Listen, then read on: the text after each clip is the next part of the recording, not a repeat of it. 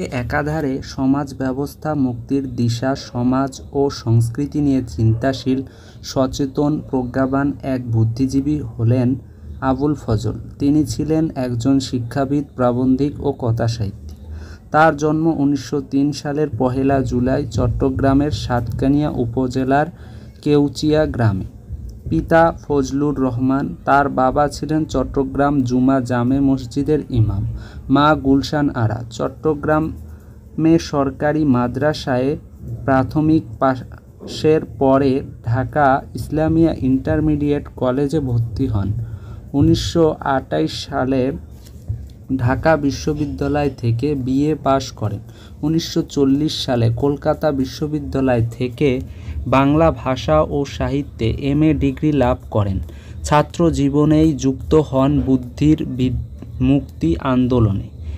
বিশ্ববিদ্যালয়ে পড়ার সময়েই যুক্ত হয়েছিলেন মুসলিম সাহিত্য সমাজে। স্কুল শিক্ষক হিসেবে কর্মজীবন শুরু করে প্রায় 30 বছর কলেজে অধ্যাপনা করেন। 1973 সালে বঙ্গবন্ধুর অনুরোধে চট্টগ্রাম বিশ্ববিদ্যালয়ের উপাচার্যের দায়িত্ব পালন করেন।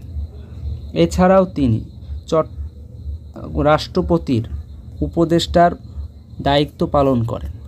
তিনি শিখা পত্রিকায় সম্পাদক ছিলেন।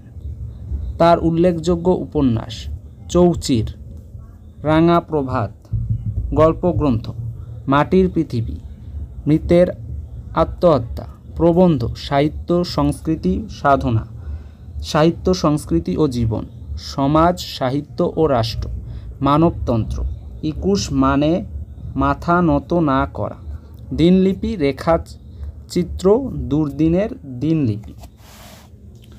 সাহিত্যে অসামান্য অবদানের জন্য তিনি বাংলা একাডেমি পুরস্কার, স্বাধীনতা পুরস্কার, আদমজী সাহিত্য পুরস্কার পান।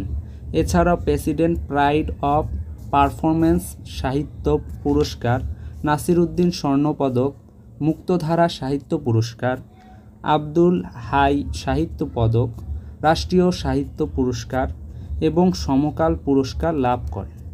এই লেখক 1983 সালের 4 মে চট্টগ্রামে মৃত্যুবরণ করেন।